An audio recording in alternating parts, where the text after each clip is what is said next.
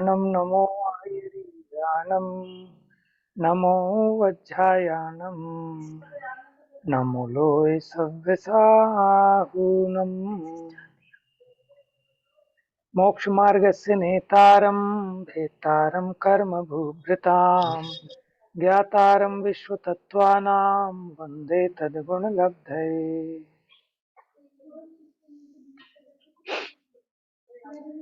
तो चर्चा अपनी कल चल रही थी मिथ्यात्व की। मिथ्यात्व के 5 प्रकार बताए थे: विपरीत, एकांत, विनय, संशय और अज्ञान। तो जब एकांत मिथ्यात्व की चर्चा की, जब हमने एकांत मिथ्यात्व की चर्चा की तो तभी हमने थोड़ी बहुत अनेकांत की चर्चा की थी एक हाथी के उदाहरण से। तो आप सब, वो एक किताब मैंने शेयर की है, आप कोशिश कीजिएगा उसको पढ़ने की, तो आपको बहुत कुछ स्पष्ट होगा उससे।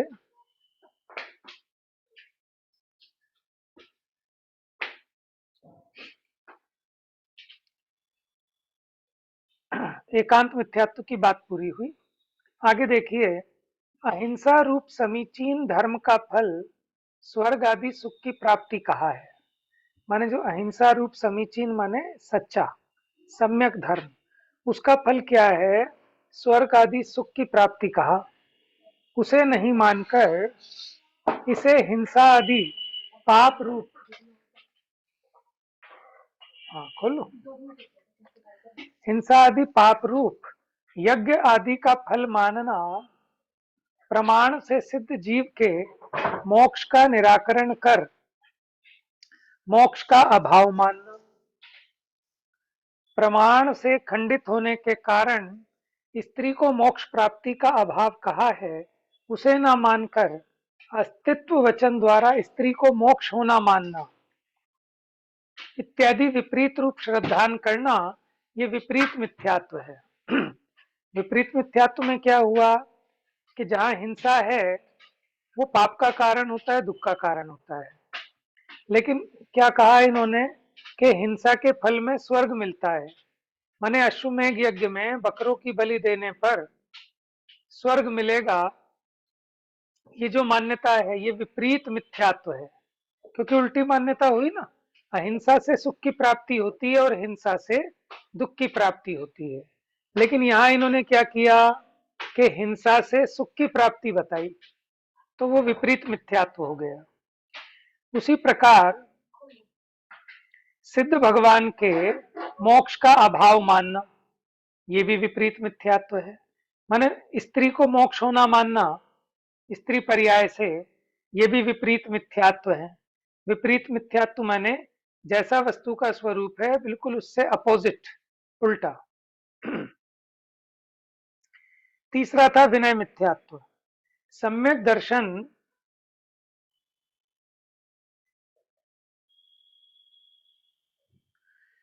सम्यक दर्शन ज्ञान चारित्र की सापेक्षता रहित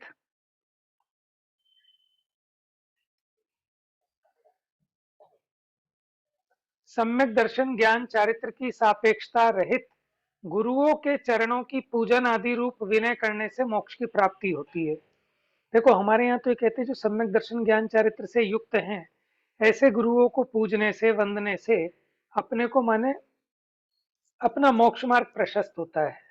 लेकिन वहां वो सम्यक दर्शन ज्ञान चारित्र कुछ नहीं, जो भी गुरु बन गया चाहे वो कैसे ही आचरण करे, तो वो क्या कहते हैं कि उनको पूजने से, उनकी विनय करने से आपकी मुक्ति होगी। तो ये विनय मिथ्यात्व है।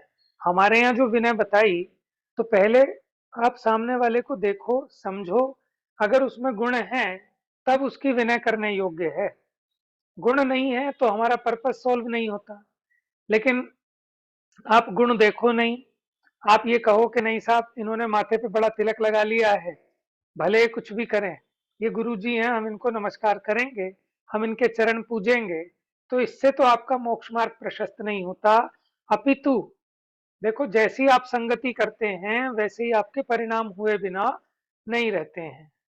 ठीक है, इसलिए पानी पीजे छान कर और गुरु बनावे जान कर, माने अच्छे से जांच पड़ताल करके।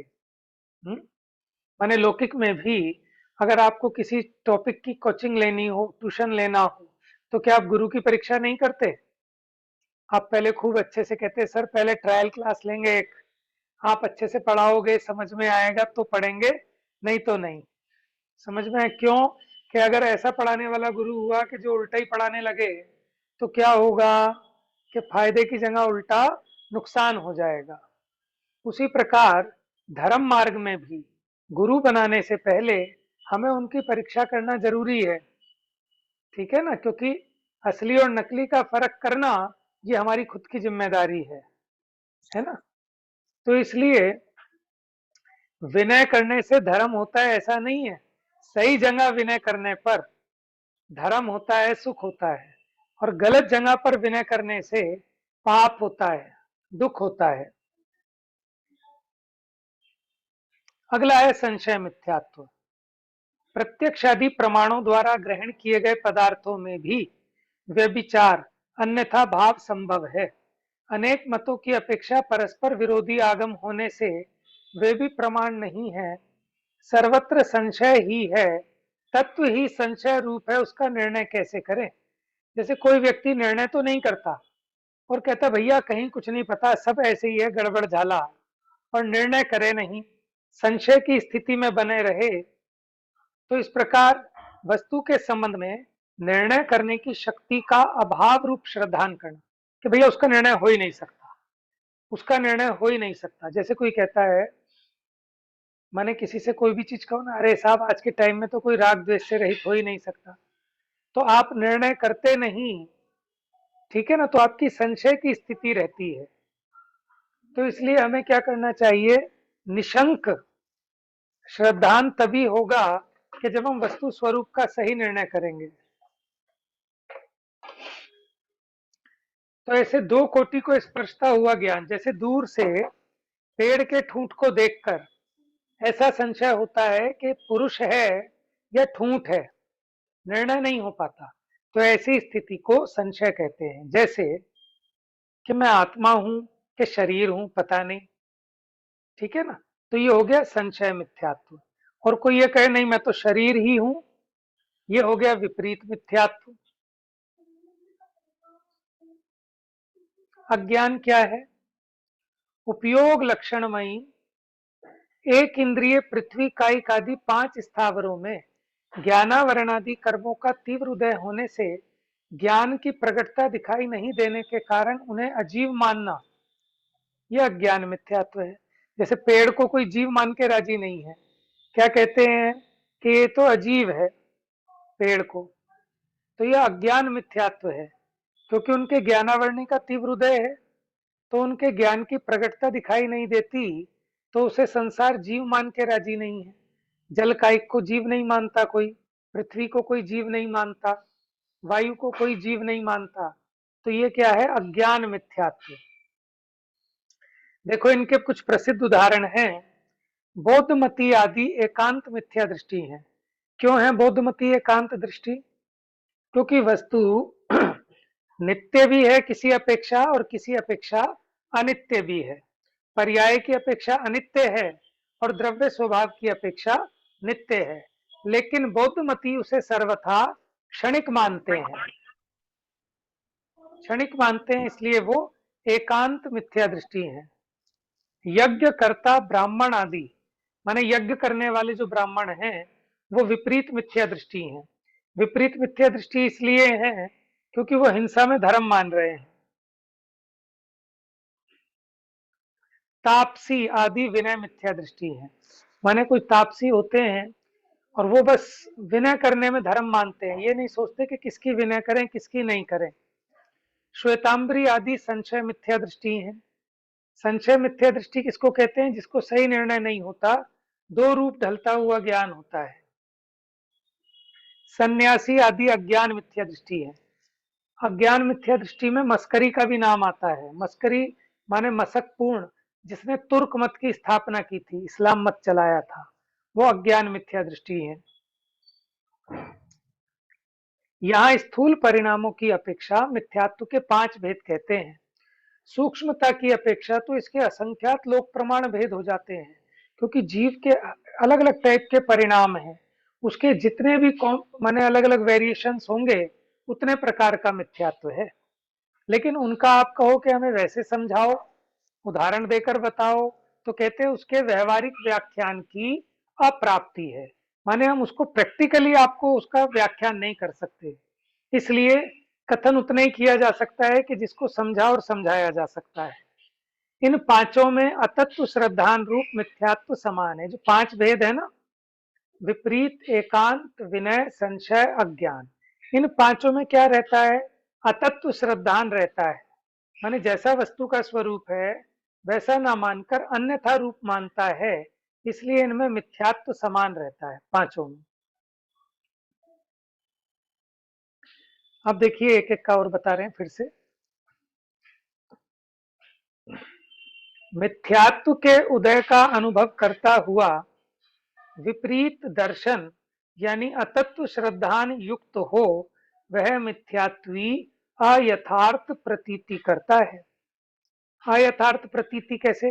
जैसे देखो, मिथ्या दृष्टि को यही लगता है कि बस जितना मुझे दिख रहा है यही जीवन है, इसके आगे कुछ नहीं है, लोक परलोक कुछ होते ही नहीं है, है आत्मा नाम की कोई चीज नहीं है, बस ये तो शास्त्रों में लिखी है। ठीक है, खाओ पियो मौज करो, इसी में असली सुख है। ये सब क्या है? अयथार्थ प्रतीति। वह मात्र अतत्व को ही ग्रहण करता है। इतना ही नहीं, वरण अनंत धर्मात्मक अनेकांत स्वरूप वस्तु का स्वभाव रूप धर्म, मोक्ष का कारणभूत जो सम्यक रत्नत्रय धर्म है, उसको वो रुचता नहीं है। जैसे पित्त ज्वर सहित व्यक्ति को, पित्त ज्वर माने जिसके पित्त बढ़ जाता है ना, उसको सब चीजें कड़वी लगती है, माने बुखार हो जाता है उसको। तो जो पित्त ज्वर वाला है उसको मधुर मीठा रस भी, ठीक है ना, मीठी वस्तुएं भी रुचती नहीं। उसी प्रकार मिथ्या दृष्टि जीव को वास्तविक धर्म रुचता नहीं है। यह मिथ्या दृष्टि जीव अरहंत आदि द्वारा उपदेश दिए गए प्रवचन अर्थात आप्त आगम पदार्थ का श्रद्धान नहीं करता, माने भगवान के उत्कृष्ट वचनों की श्रद्धा नहीं करता। प्रश्न किया, आप प्रवचन पद का अर्थ आप्त आगम पदार्थ कैसे कर रहे हैं? प्रवचन का मतलब क्या होता है? प्रकृष्ट वचन। अरहंत भगवान के वचन वो कहलाते हैं प्रवचन। प्र माने उत्कृष्ट। तो आपने प्रवचन का अर्थ आप्त आगम पदार्थ कैसे किया? देखो, व्युत्पत्ति की विविधता से ये अर्थ हो जाते हैं। उत्कृष्ट है वचन जिसका वह प्रवचन, अर्थात आप्त भगवान यानी उत्कृष्ट परमात्मा के वचन वह प्रवचन। ठीक है, यानी उनके वचन उसी को कहते हैं जिनवाणी, जिसे प्रमाण द्वारा प्ररूपित करते हैं, वह प्रवचन अर्थात पदार्थ। ऐसी निरुक्ति से प्रवचन पद के ये सब अर्थ प्राप्त होते हैं। प्रवचन माने एक तो उत्कृष्ट है वचन जिसका, किसका? आप्त का। तो एक तो प्रवचन का अर्थ कर दिया आप्त, और फिर प्रकृष्ट है वचन, तो माने इसका अर्थ हो गया जिनवाणी, जिन वचन। तीसरा क्या अर्थ किया कि जिसे प्रमाण द्वारा प्ररूपित किया जाए वो प्रवचन, जिसे प्रमाण के द्वारा प्ररूपित किया जाए। तो प्रमाण के द्वारा प्ररूपित किसको किया जाता है? पदार्थ को। तो इसलिए तीन अर्थ निकाल दिए प्रवचन के, आप्त, आगम और पदार्थ। आप्त किसे कहते हैं? अरहंत परमात्मा जिनकी दिव्य ध्वनि खिरती है उनको कहते हैं आप्त, उनकी वाणी को कहते हैं आगम, और उनके आगम के द्वारा जिन जिन वस्तुओं का निरूपण है उसको कहते हैं पदार्थ।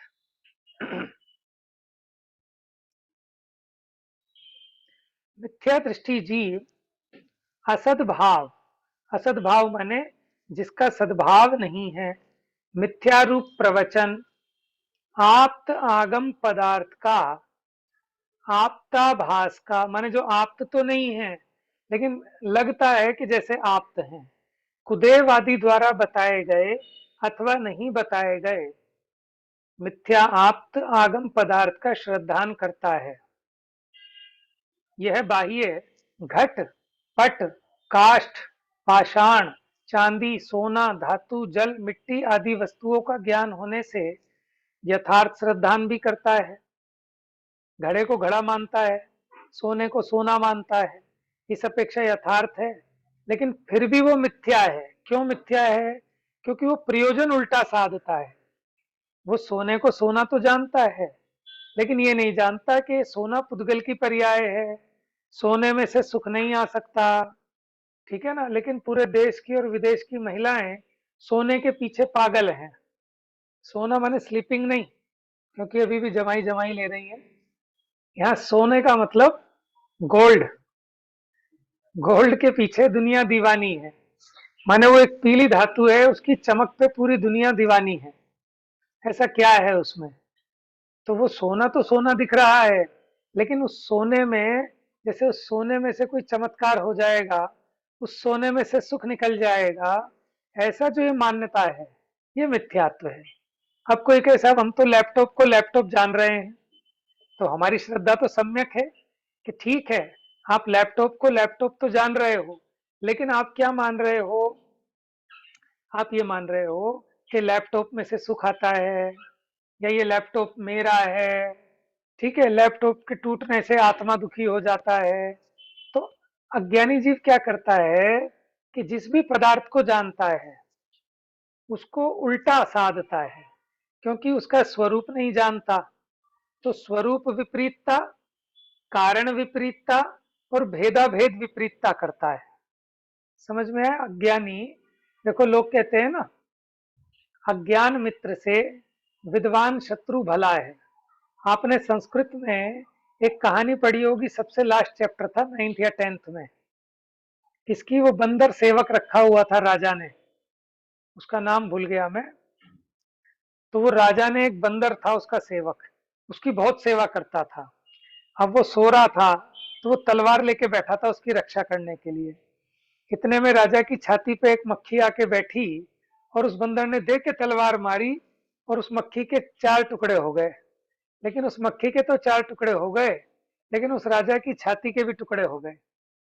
तो उसमें शिक्षा दी कि मूर्ख मित्र से विद्वान शत्रु भला है? तो क्या हुआ कि वो हमेशा ना नुकसान का कारण बनेगा। भले ही अपना मित्र हो, हितैषी हो, लेकिन अगर मूर्ख है तो वो नुकसान पहुंचाएगा। तो उसी प्रकार भले आप दुनिया की सारी चीजों को सही जान रहे हो, लेकिन फिर भी आप अपना प्रयोजन उल्टा साध रहे हो। आप सोने को सोना जान रहे हो ना, तो ये जानो कि ये मैं नहीं हूं, ये मेरा नहीं है, इसमें से मेरा सुख नहीं आता। तब तो कहेंगे कि आपने सोने को सोना जाना, लेकिन आप उसमें एकत्व भी करते हैं, ममत्व भी करते हैं, कर्तृत्व भी करते हैं और भोक्तृत्व भी करते हैं। ये 4 मिथ्या बुद्धि बताई थी ना। तो इसलिए उसका सही जानना भी मिथ्या है। जैसे कोई मतवाला, शराबी माता को माता भी बोले और बहन को बहन बोले, लेकिन उसका कोई भरोसा नहीं है, वो नशे में बोल रहा है। ठीक है ना? कभी वो माता को बेटी कह दे, बेटी को माता कह दे, उसको कोई निर्णय नहीं है। उसी प्रकार अज्ञानी मिथ्या दृष्टि को निर्णय नहीं है, इसलिए उसका सब श्रद्धान मिथ्या ही है।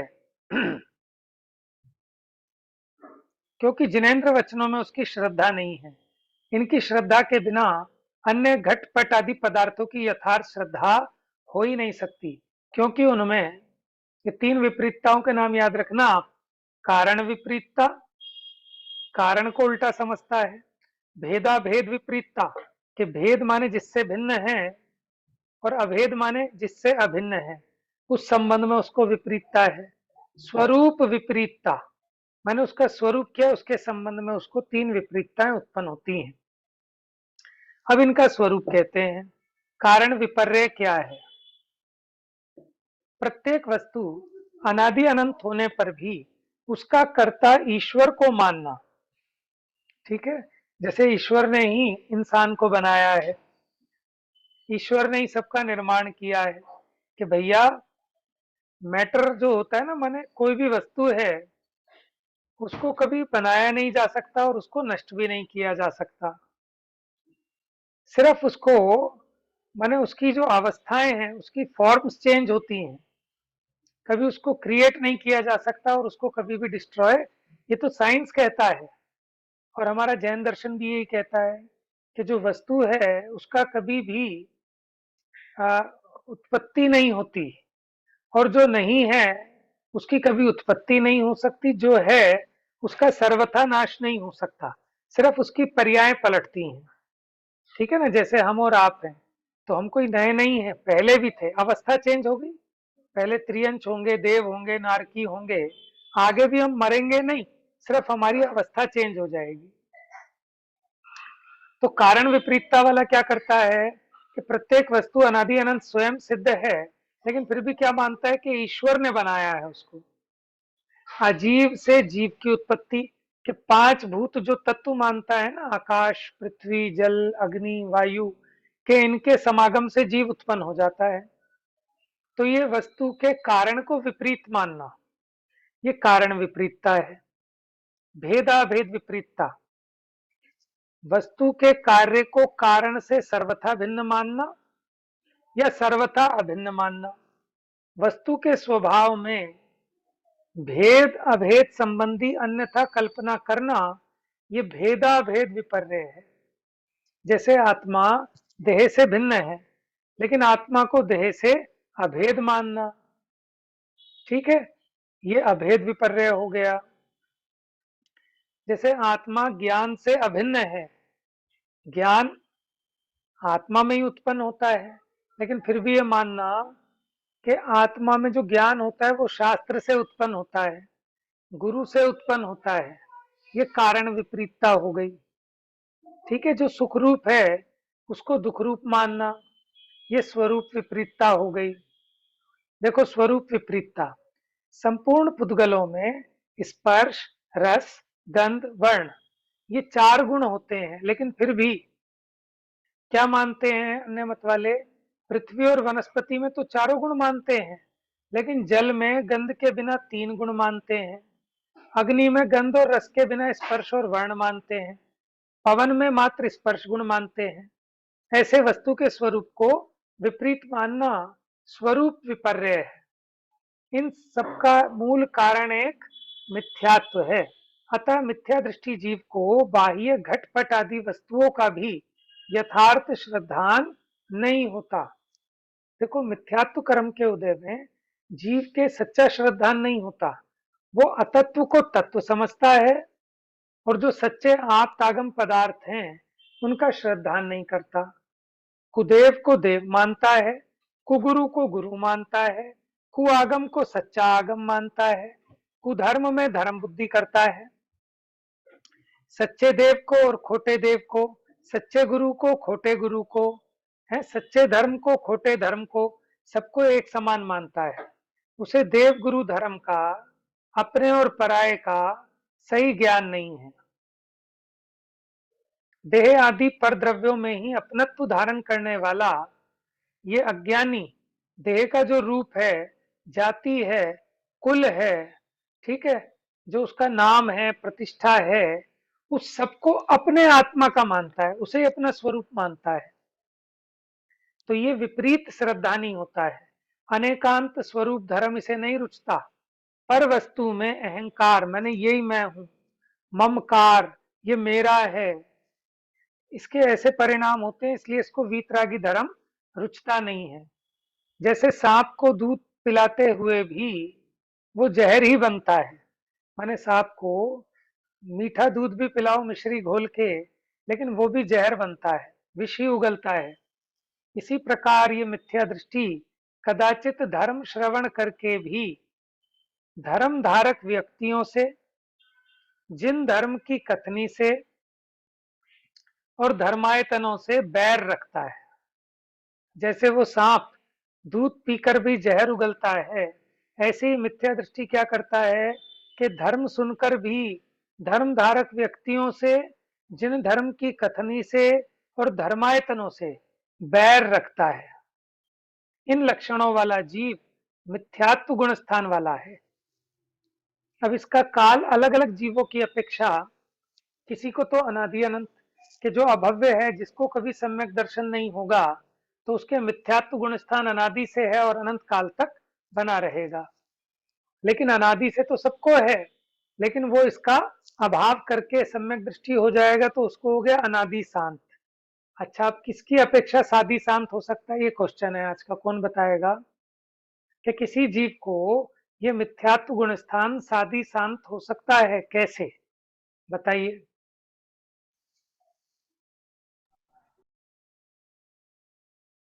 पुराने लोग बताएंगे, मतलब भैया, स्वाध्यायी लोग। जो अभी हुआ है इस काल में हुआ है और आगे तक रहेगा, आगे भी हम्म। पर्याय में रहेगा उसे, हम्म। जिसको सम्यक दर्शन होके छूट गया हो। Very good. देखो, एक तो अनादि से मिथ्यात्व था, लेकिन उसको सम्यक दर्शन हो गया, और सम्यक दर्शन होकर फिर सम्यक दर्शन छूट गया। अब जो इसको मिथ्यात्व हुआ, ये कहलाएगा सादी मिथ्यात्व। बताया था ना आपको, सादी मिथ्या दृष्टि। अब ये अनादि मिथ्या दृष्टि नहीं कहलाएगा, क्योंकि बीच में सम्यक दर्शन हो गया था। अब वापिस जो इसको नया मिथ्यात्व हुआ, तो ये कहलाएगा सादी मिथ्यात्व। ठीक है, और फिर इसका मिथ्यात्व का अभाव करके सम्यक दर्शन पैदा कर लेगा, इसलिए इसका अंत भी हो जाएगा। बहुत बढ़िया। तो ऐसा थोड़ा थोड़ा ना याद रहना भैया, चालू हो जाएगा। हाँ जी। भैया हम तो मिथ्यात्व में नहीं होंगे ना? अब आप बताओ, ऐसे ही पूछ। मैचिंग कर लो। नहीं देखो, भैया एक्चुअल ये में। सब पढ़ने के बाद लग तो नहीं हम्म। रहा। लग नहीं रहा, बहुत अच्छी बात है। पढ़ने का प्रयोजन भी यही है कि हम अपने आप को देख लें कि हम कहाँ खड़े हैं। अगर हम में कुछ कमी है तो वो दूर कर लें। देखो, दो तरह के मिथ्या दृष्टि होते हैं। एक तो होते हैं ग्रहित मिथ्या दृष्टि, एक होते हैं अग्रहित मिथ्या दृष्टि। ग्रहित मिथ्या दृष्टि क्या होते हैं कि जो हिंसा में धर्म मान रहे हैं, खोटे देवी देवताओं को मान रहे हैं, ठीक है, रोड़ा पूजने में, गोबर पूजने में, दही बही खाते नोटों को पूजने में, इसमें धर्म मान रहे हैं। ठीक है, वो तो सबको दिखाई दे रहे हैं मिथ्या दृष्टि। अब हम ये क्रियाएं तो नहीं कर रहे, लेकिन फिर भी शरीर को अपना स्वरूप मान रहे हैं कि नहीं मान रहे। ठीक है, माने इस जीव को एक दिन में एक बार विचार भी नहीं आता कि शरीर मेरा स्वरूप नहीं है, ये शरीर तो नष्ट होने वाला है। इस शरीर की सुंदरता मेरी सुंदरता नहीं है, इस शरीर की असुंदरता मेरी असुंदरता नहीं है, इसका मोटापा मेरा मोटापा नहीं है, इसका पतलापन मेरा पतलापन नहीं है। समझ में? शरीर का सुख दुख ये सब मेरे से भिन्न है, लेकिन मैं अभी मोही हूँ, रागी द्वेषी हूँ, इसलिए इससे संबंधित अब ऐसा अनुभव करता है ये जीव कि यही मैं हूँ। वास्तव में तो मैं अपने राग द्वेष से दुखी होता हूँ, शरीर की अवस्थाएं मुझे दुख की कारण नहीं है। तो ऐसा जो भेद ज्ञान है, अब ये भेद ज्ञान करके उस अग्रहित मिथ्यात्व को भी मिटाना है। देखो, सात तत्व संबंधी भूल वो मिटे, तब ये सही में सम्यक दृष्टि होगा। हाँ, ये बात ठीक है कि हम वैसे मिथ्या दृष्टि नहीं है जैसे कि अज्ञानी है, पता नहीं धर्म के नाम पे क्या क्या कर रहे हैं। तो उतने से तो हम बच गए, क्योंकि हमने जैन कुल में जन्म ले लिया। लेकिन वो जीव भी अभागे हैं कि जैन कुल में जन्म लेने के बाद भी जिन्हें अपने जिनेन्द्र भगवान का प्ररूपित धर्म नहीं पता, और वो भी देखा देखी जैसे माहौल में रहते हैं। आज लोहड़ी है तो लोहड़ी बना लो, आज मकर संक्रांति है तो मकर संक्रांति बना लो, है। जब हमें नहीं पता था जैन धर्म के बारे में ज्यादा विशेष, मतलब मैं 12th क्लास में था, तो मेरी बड़ी तमन्ना थी कि मैं मस्जिद जाऊंगा। मेरी बड़ी तमन्ना थी कि मैं मस्जिद जाऊंगा। मैंने कहा धर्म तो सारे समान होते हैं, सब जगह जाना चाहिए, और इससे बहुत अच्छा धर्म होगा। और चर्च भी जाऊंगा, यहाँ भी जाऊंगा, वहां भी जाऊंगा, लेकिन जा नहीं पाया कभी भी। इतने में हमें जो है शिविर लग गया हमारे शास्त्री पार्क में, है। सोनिया पढ़ी थी तीसरे भाग में, मैं भी पढ़ा था भैया तीसरे भाग आंटी में, ने आंटी ने जाने नहीं दिया होगा आपको। है। नहीं नहीं, मम्मी को बता आंटी के ने थोड़ी जाने जाते। नहीं मम्मी को बता के थोड़ी जाते। तो क्या है कि अच्छा। देखो, हमने जब वो बाल बोध पढ़ी सबसे पहली बार शास्त्री पार्क में, तो उसको पढ़ के हमें इतना पता लग गया कि अरे भाई, ये तो सही क्या है गलत क्या है। तो अज्ञान से बड़ा कोई शत्रु नहीं है। देखो, अज्ञान है तो उस जीव को पता ही नहीं है कि क्या सही है क्या गलत है। दुनिया में लोग धर्म के नाम पर कितना पाप कर रहे हैं, उनको बेचारों को पता ही नहीं है। तो इसलिए अज्ञान सबसे बड़ा दोष है। अब हमें, मान लो हमने ग्रहित मिथ्यात्व छोड़ दिया, अब हम पीपल नहीं पूजेंगे, अब हम रागी द्वेषी देवी देवताओं को नहीं पूजेंगे, अब हम बाने नहीं निकालेंगे, अब हम कोई भी ऐसी खोटी क्रियाएं नहीं करेंगे धर्म के नाम पर, कि जिसका कोई सेंस और लॉजिक ही नहीं है, ये तो छूट गया, बहुत अच्छी बात। लेकिन अब हमें तत्व का ज्ञान करना होगा। सात तत्व के संबंध में हमारी कहीं कोई उल्टी मान्यता तो नहीं है। जैसे आश्रव है वो दुख रूप है, राग द्वेष है दुख रूप है। क्या हम राग द्वेष को दुख रूप मानते हैं कि सुख रूप मानते हैं? है ना? अब ये विचारने की बात है। अब ये सूक्ष्म मिथ्यात्व है, लेकिन वो धीरे धीरे पता चलता है। ठीक है ना? तो जितना जितना हम समझते जाएंगे, उतना उतना हम अपने बीमारी को बारीकी से पकड़ पाएंगे और उसको दूर कर पाएंगे। ठीक है? और मतलब भैया पढ़ में जितना जितना छूटता जाएगा उतना उतना मिथ्यात्व भी कम होता जाएगा। जितना जितना, छूटता जाएगा। हाँ, क्या छूटता जाएगा? अपनी मान्यता। अपनी ठीक है? मान्यता तो भैया हमारी जैन धर्म से ही है ना, लेकिन कुछ चीजें हम व्यवहारिक वही है कि हम करते हैं हाँ, व्यवहारिक रूप से, लेकिन हम ऐसा मानते नहीं है। ठीक है, हमारे अंदर भावों में तो जैन धर्म ही है। अगर हम बिल्कुल ठीक व्यवहारिकता है, से करते भी है तो हम मानते नहीं है उस चीज को। हम ठीक है। पढ़ते नमोकार मंत्र ही है। तो तो अब वो क्या जैसे है? जैसे छूटता जाए हाँ, मिथ्यात्व और कम होता जाएगा। बिल्कुल। तो उससे क्या होगा कि जितना जितना हम धर्म को समझेंगे, ऑटोमेटिक हमारे परिणामों में हमारी आत्मशक्ति बढ़ती जाएगी। ठीक है ना? हमारा बल बढ़ता जाएगा, हमारी क्लैरिटी बढ़ेगी। तो ऑटोमेटिक हमारा मन वहां से उदास हो जाएगा कि अब मुझे व्यवहार भी निभाना नहीं है और मुझे ऐसे की संगति भी नहीं चाहिए। होता क्या है कि हर व्यक्ति अपने समान लोगों को चूज करता है कि हमें अपना व्यवहार किससे रखना है। ठीक है? मान लो मेरे कोई ऐसे मित्र हैं जो कहते हैं भाई ईद पे आजा, हमारे यहाँ सेवैयां खा ले। तो हम कहते हैं भैया व्यवहार निभाने के लिए हम चले जाएं, तो हमें उनसे व्यवहार भी नहीं रखना, क्योंकि हमारा क्या काम अटक रहा है। समझ में आया ना? तो इससे क्या होगा कि धीरे धीरे हमारी संगति चेंज होती जाएगी। अब हम कहेंगे हम ऐसी जगह जाएंगे ही नहीं जहां जाकर हमारा व्यवहार खराब हो या हमें कहीं कंप्रोमाइज करना पड़े। तो ऐसी कौन सी हमारी जरूरत आ रही है? तो वो क्या होता है कि धीरे धीरे जितना जितना हम समझते जाएंगे, ऑटोमेटिक हमारी श्रद्धा उतनी मजबूत होती जाती है और वो सब चीजें सहज में छूट जाती हैं। ठीक है? तो ये देखो, इंपॉर्टेंट बात ये है कि जब हम जो कुछ भी पढ़ते हैं उसका इम्पोर्टेंस तो यही है लास्ट में कि उसको अपने जीवन में इम्प्लीमेंट करना है। ठीक है ना? तो वहां ये इवेल्युएट करना जरूरी है कि हमारे जीवन में कितना तो हम अपनाते हैं और कितना नहीं अपनाते। और जो नहीं अपना रहे, तो उसका रीजन क्या है, क्यों नहीं अपना रहे? क्या वो हमें ठीक लगता है कि नहीं गलत लगता है? तो गलत लगता है तो फिर क्यों करना पड़ रहा है? क्या कोई डंडे का जोर है कि हाँ साहब डंडे का जोर है तो चलो ठीक है कोई बात नहीं। लेकिन डंडे का जोर नहीं है लेकिन फिर भी कोई बुरा माने, तो फिर ये लोक के कारण है कि अब जो बुरा मान रहा है वो जीव कैसा है कि वो नरक में जाएगा। तो वो बुरा ना मान जाए, उसके साथ मैं नरक में थोड़ी जाऊंगा। मान लो मेरा कोई मित्र कहे कि मनोज भाई तुम मेरे दोस्त हो, ठीक है, तुम दूध पीने गए थे हलवाई के यहाँ, तो मैं भी गया था। ठीक है, अब मैं मांस खाने जा रहा हूँ, मैं मदिरा पीने जा रहा हूँ, तो इतना तो आपका व्यवहार बनता है दोस्त होने के नाते, क्या आप मेरे साथ चलो? तो मैं कहूंगा भैया मुझे ऐसा व्यवहार नहीं निभाना, आप मेरे साथ मत आना, मैं आपके साथ नहीं जाऊंगा। समझ में आया ना? अब देखो कई जगह हम भी फंस जाते हैं। जैसे मानो हमारे ऑफिस में कोई आ गया मांगने कि जी मकर संक्रांति है आप चंदा दे दो, तो हम तो हाथ जोड़ लेते हैं, भैया हमारी श्रद्धा ही नहीं है।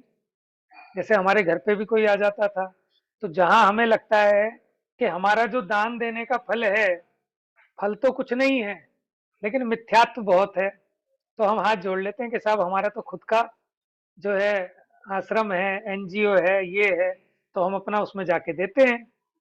क्योंकि हमें ये ध्यान रखना भी जरूरी है कि जहां हम दान दे रहे हैं उससे धर्म की परंपरा चल रही है कि अधर्म की परंपरा चल रही है।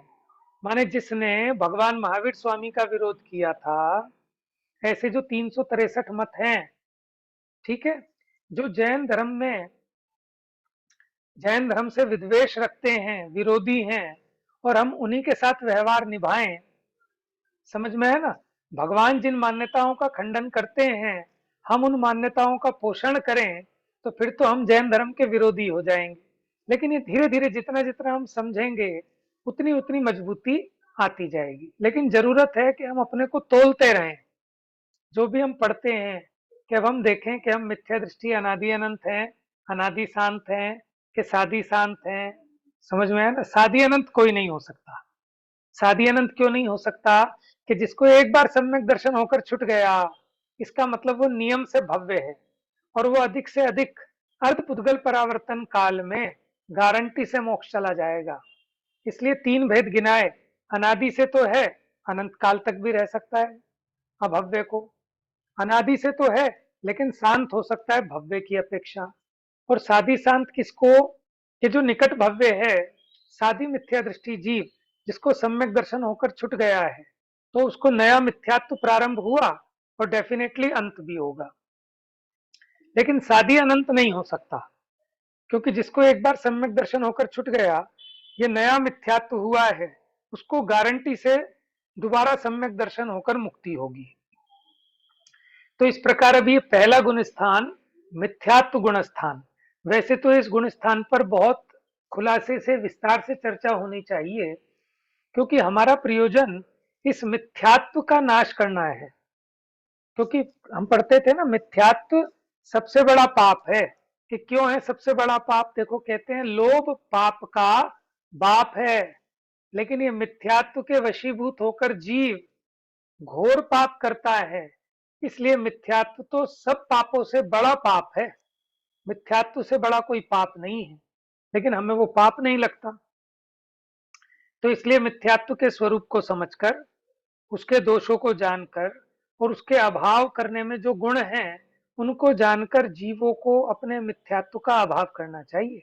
संसार में जितने प्राणी दुखी हैं, ये मिथ्यात्व और कषाय के कारण दुखी हैं, किसी संयोग के कारण नहीं। कि गरीब आदमी जो ठंड पे सड़क पे सो रहा है, हमें क्या लगता है कि ठंड की वजह से दुखी है? ये हमारा अज्ञान है। मुनिराज भी हैं, उनके पास भी कोई कपड़ा नहीं है, वो तो दुखी नहीं है। तो इसका मतलब ठंड दुख का कारण नहीं है, अपना अज्ञान, अपनी कषाएं, वो दुख का कारण है। जिन्होंने अपने अज्ञान और कषाय को मिटा दिया, उसे तीनों लोक की सारी प्रतिकूलताएं मिलकर दुखी नहीं कर सकती। और जिसके पास अज्ञान, मिथ्यात्व और कषाएं हैं, उसे दुनिया की सारी संपदाएं मिल जाएं, साक्षात तीर्थंकर परमात्मा आ जाएं, तो भी उसको सुखी नहीं कर सकते। क्योंकि सच्ची समझ के बिना सुख नहीं हो सकता। तो ये धर्म करने का माने जो पहला स्टेप है, वो है सच्ची समझ। उसी का नाम है सम्यक दर्शन। सम्यक दर्शन कुछ और नहीं है, सच्ची समझ का नाम सम्यक दर्शन है। ठीक है, अब इसकी चर्चा आगे कल करेंगे। जा वाणी के ज्ञान से सूझे लोकालोक, सो वाणी मस्तक नमो सदा देत हूँ धो।